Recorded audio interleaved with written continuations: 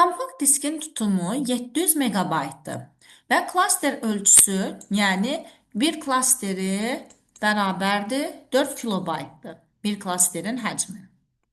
Və həmin diskin içərisinə 2 ədəd 1022 kilobaytlıq mətin faylı, 5 ədəd 2045 kilobaytlıq səs faylı, 14 ədəd 510 kilobaytlıq video faylı yazıldıqdan sonra diskdə neçə megabayt boş yer qalar? Deməli, mən əvvəlcə həmin faylları ümumi hesablamalıyam. 1002 kilobaytlıq mətin faylıdır və bu fayl diskə yazıldığı zaman həmin faylın yazılması üçün, əgər bir klaster 4 kilobaytdırsa, həmin faylın yazılması üçün 256 sayda klaster lazım olacaq.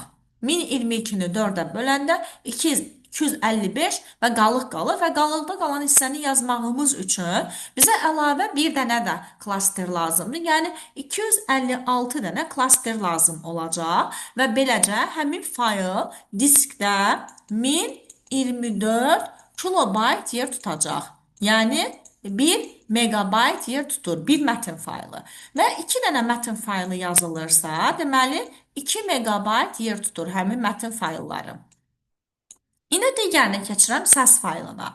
Bir səs faylı 2045 kilobaytdır və biz 2045 kilobaytı yazmağımız üçün 511 tam qalıq qalır və ona deyəcəm ki 512 sayda klaster lazımdır və hər biri də 4 kilobayt olarsa, bu zaman olacaq 2048 kilobayt.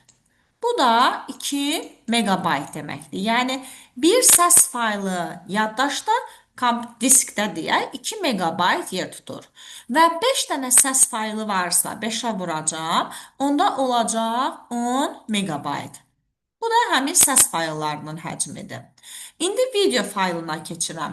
510 kilobaytlıq video faylının yazılması üçün bizə 127 tam, yəni qalıq qalır, yəni 128 sayda diskdə klaster ayrılır.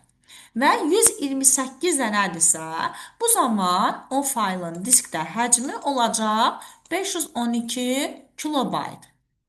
512 kilobayt, bu da 0,5 megabaytdır. Və 14 dənədirsə bundan, onda 14-ə vuracam, cavab olacaq 7 megabayt. Deməli, 14 dənə də video faylı diskdə 7 megabayt yer tutur. Deməli, cəmi 2, 10 və 7. Cəmi 19 megabaytlıq fayl yazılır. 700 megabaytlıq diskin içərisinə 19 megabaytlıq fayl yazılarsa əgər, biz tapmalıyıq ki, diskdə neçə megabayt boş yer qalar. Bunu çıxıram, cavab olacaq 681 megabayt. Deməli, doğru cavab 681-dir.